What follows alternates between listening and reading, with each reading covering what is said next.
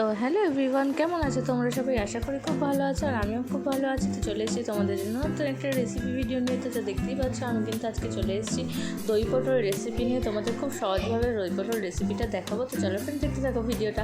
আমি ফার্স্টেই কিন্তু এখানে 500 পটল নিয়ে নিয়েছি আর খোলা ছাড়িয়ে দেখতেই পাচ্ছ ধুয়ে পরিষ্কার করে নিয়েছি। আর এর মধ্যে আমি দিয়ে দেবো নুন আর হলুদ মাখিয়ে দেবো, মাখিয়ে কিছুক্ষণ রাখবো। তারপরে আমি একটা রান্নাটা করার জন্য একটা মশলা তৈরি করে নেবো। তো এখানে আমি নিয়েছি পেস্ট করে নিয়েছি হলো গিয়ে আদা বাটা, কাঁচা লঙ্কা বাটা আর একটুখানি সামান্য জিরে বাটা দিয়ে। তো এর মধ্যে আমি কিছু গুঁড়ো মশলা অ্যাড করে দেবো। দিয়ে দিলাম ধনের গুঁড়ো, দিয়ে দিলাম সামান্য পরিমাণে একটু জিরে গুঁড়ো দেবো, যেহেতু আমি জিরে বাটাটা আগে থেকে একটু বেটে নিয়েছি।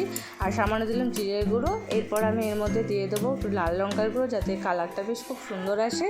তারপর আমি এর মধ্যে অ্যাড করে দেবো সামান্য স্বাদ মতো নুন। তোমরা কিন্তু নুনটা তোমাদের স্বাদ অনুযায়ী দেবে। তো চলো, মশলাটা আমার প্রায় তৈরি করা হয়ে গেছে। এরপরে আমি কিন্তু গ্যাসে বসিয়ে দিয়েছি কড়াই। আর কড়াইটা বেশ ভালো গরম হয়ে যাওয়ার পরে আমি কিন্তু এর মধ্যে দিয়ে দেবো সামান্য একটু সর্ষের তেল। আমি পুরো রান্নাটা আজকে সর্ষের তেলেই করছি। তোমরা চাইলে সর্ষের তেল বা রিফাইন তেল যে কোনো একটাতে করতে পারো। তো এর মধ্যে দিয়ে দেবো নুন আর হলুদ মাখিয়ে রাখা পটলগুলো আস্তে আস্তে ছেড়ে দিলাম। দিয়ে কিন্তু ভালোভাবে লাল লাল করে আমরা এটা উল্টে পাল্টে ভেজে নেব। তোমরা চাইলে কিন্তু এখানে গোটা পটলও দিতে পারো, তাতে কিন্তু কোনো ব্যাপার না। আমি কিন্তু দিয়েছি যাতে ভালোভাবে পটলগুলো ভাজা হয়ে যায় এবং স্বাদ মতো নুনটা ঢোকে আর মশলাটাও ভালোভাবে ঢোকে। এই জন্য আমি মাঝখান দিয়ে কেটে দিচ্ছি। তো তোমরা চাইলে কিন্তু গোটা পটল দিয়েও এটা করতে পারো, কোনো অসুবিধা নেই। তো চলো ফ্রেন্ডস, দেখতে থাকো পুরো ভিডিওটা।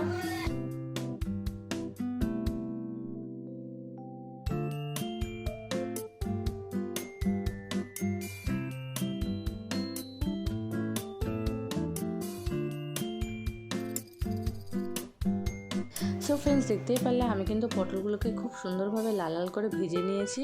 আর তোমরাও তাই করবে। আর আমি কিন্তু এবার একে একে পটলগুলোকে তুলে নেবো। দেখতেই পাচ্ছ তোমরা, পটলগুলো তুলে নেওয়ার পরে যে অবশিষ্ট তেলটা আমার কড়াইতে থাকবে, আমি কিন্তু এর মধ্যে আর তেল অ্যাড করবো না। এই তেলেই রান্নাটা করবো পুরো। আর যে মশলাটা আমি তোমাদের আগে থেকে দেখিয়ে রাখলাম, যেটা আমি তৈরি করে রেখেছিলাম, সেই মশলাটা কিন্তু তেলের মধ্যে দিয়ে দিলাম। এরপরে আমি এই মশলাটাকে দিয়ে ভালোভাবে তেলের মধ্যে নাড়াচাড়া করে নেবো এবং ভালোভাবে কষিয়ে নেবো, যতক্ষণ না আমার মশলার কাঁচা গন্ধটা বেরিয়ে যাচ্ছে। আর যতক্ষণ না মশলা থেকে তেল উঠছে, ততক্ষণ আমি এই মশলাটা কষিয়ে নেব।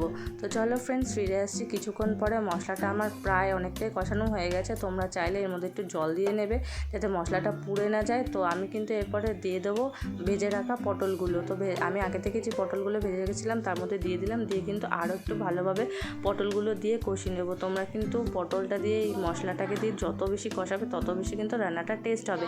আর এটা কিন্তু খুবই একটা সিম্পল রেসিপি আর খুবই ইজি রেসিপি। তোমরা সবাই বাড়িতে ট্রাই করো, আশা করি খুবই ভালো লাগবে।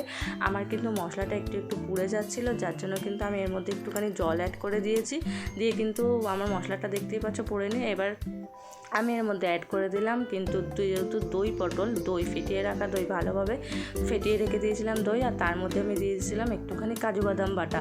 তো চলো, এবার কাজু বাদাম বাটা এটা যখন দেবে, তোমরা কিন্তু গ্যাসের ফ্লেমটাকে একদম লো রাখবে, নাহলে কিন্তু দইটা ফেটে যাবে। প্লাস কাজু বাদামে কিন্তু কাজু বাদামে লেগে যাওয়ার ফলে কিন্তু তোমাদের এই দই পটলের টেস্টটা কিন্তু নষ্ট হয়ে যেতে পারে। আর দেখতেই পাচ্ছ তোমরা যে আমার কিন্তু এটা দিয়ে কত সুন্দরভাবে মিক্সিং করে দিয়েছি। আর এর মধ্যে আমি একটুখানি চিনি অ্যাড করে দিলাম, যেহেতু একটুখানি দই দিয়েছি। নুন আর চিনির ব্যালেন্সটা আমাকে একটু সমান সমান দিতে হবে, তার জন্য আমি একটু চিনি অ্যাড করে দিলাম। চিনি অ্যাড করে দেওয়ার পরে আমি আরেকটু ভালোভাবে কষিয়ে নেব। কষিয়ে নেওয়ার পরে আমি কিন্তু এর মধ্যে দিয়ে দেবো একটুখানি জল অ্যাড করে দেবো, কারণ পটলটা কিন্তু ভেজে নেওয়ার সময় 80% কুক হয়ে গেছিলো। আর জল দিয়ে আমি ভালো করে একটু নাড়াচাড়া করে নেব, যাতে নুনটা আমার পটলের মধ্যে পুরো ঢুকে যায় আর মশলা দিয়ে ভালোভাবে যাতে পটলগুলোকে সিদ্ধ হয়ে যায়। এই জন্য আমি জল অ্যাড করে দিলাম। তো জলটা কিন্তু আমার প্রায় শুকিয়ে এসেছে। দেখতেই পাচ্ছ আমার দই পটল কিন্তু প্রায় রেডি হয়ে গেছে। এবার কিন্তু আমি দই পটলটাকে নামিয়ে নেব। দেখতেই পাচ্ছ কত সুন্দর কালার এসেছে আর কত সুন্দর দেখতে হয়েছে। তো দেখে না, ফাইনাল লুক আমার দই পটল পুরো রেডি। তো ভিডিওটি কেমন লাগলো জানিও ফ্রেন্ডস। ভালো লাগলে লাইক কমেন্ট শেয়ার করে দিও, চ্যানেলটি সাবস্ক্রাইব করে দিও। তো আজকের জন্য টাটা, দেখা হচ্ছে নেক্সট কোনো ব্লগে।